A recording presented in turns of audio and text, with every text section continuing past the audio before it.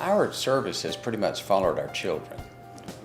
While they were young, we were teaching, and we were part of the children's ministry there. Eventually the kids left, went to college, and for a while there, we were several months not in a small group, not in community group, and felt that we needed to get involved again. There's sort of felt a gap there, something missing. So we visited Cheers and knew immediately that that's where we needed to be plugged in.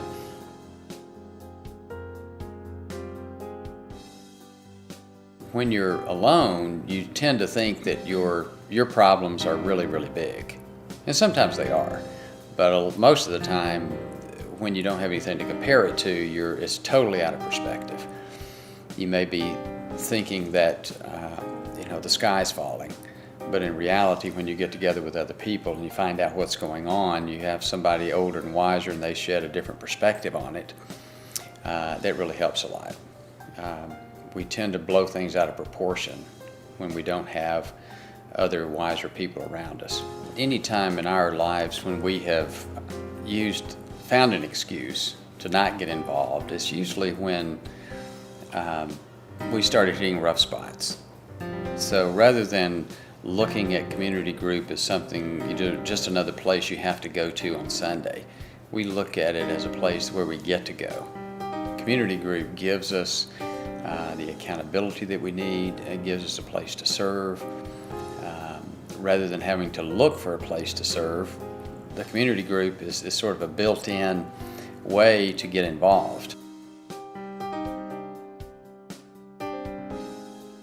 When you get to the point when your children are grown, we have made a lot of mistakes, but then there are a lot of things we've done right, and we'd like to have the opportunity to talk about the things that we've done right. So when there are other people there that are having issues and problems, we'd like to be able to lend a hand and tell them more about what we did, or maybe what Tammy did right.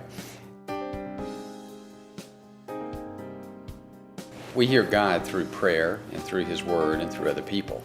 And if you're not participating in community, you're basically turning off one of the channels in which God can speak to you.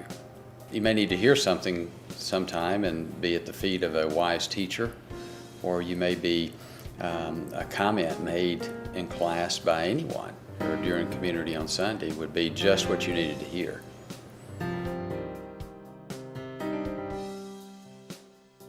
In the community group that we're in and the experiences we've had, we've done it together. We went to Kentucky together and served a church up there where we're all working side by side. The picnics in the mountains at the Bell's Cabin have always been great. We're playing games together and going on hay rides together, and it's been an opportunity to not be separate, but to be out there serving shoulder to shoulder. I'm more of a twosome than by myself person, so I enjoyed it a lot more.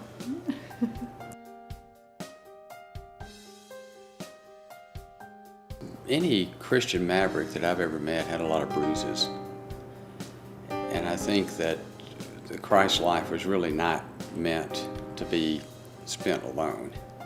Any time that I've tried to go out and be a maverick, or even times that Tammy and I have tried to raise our children alone, do things our own way, we've hit walls.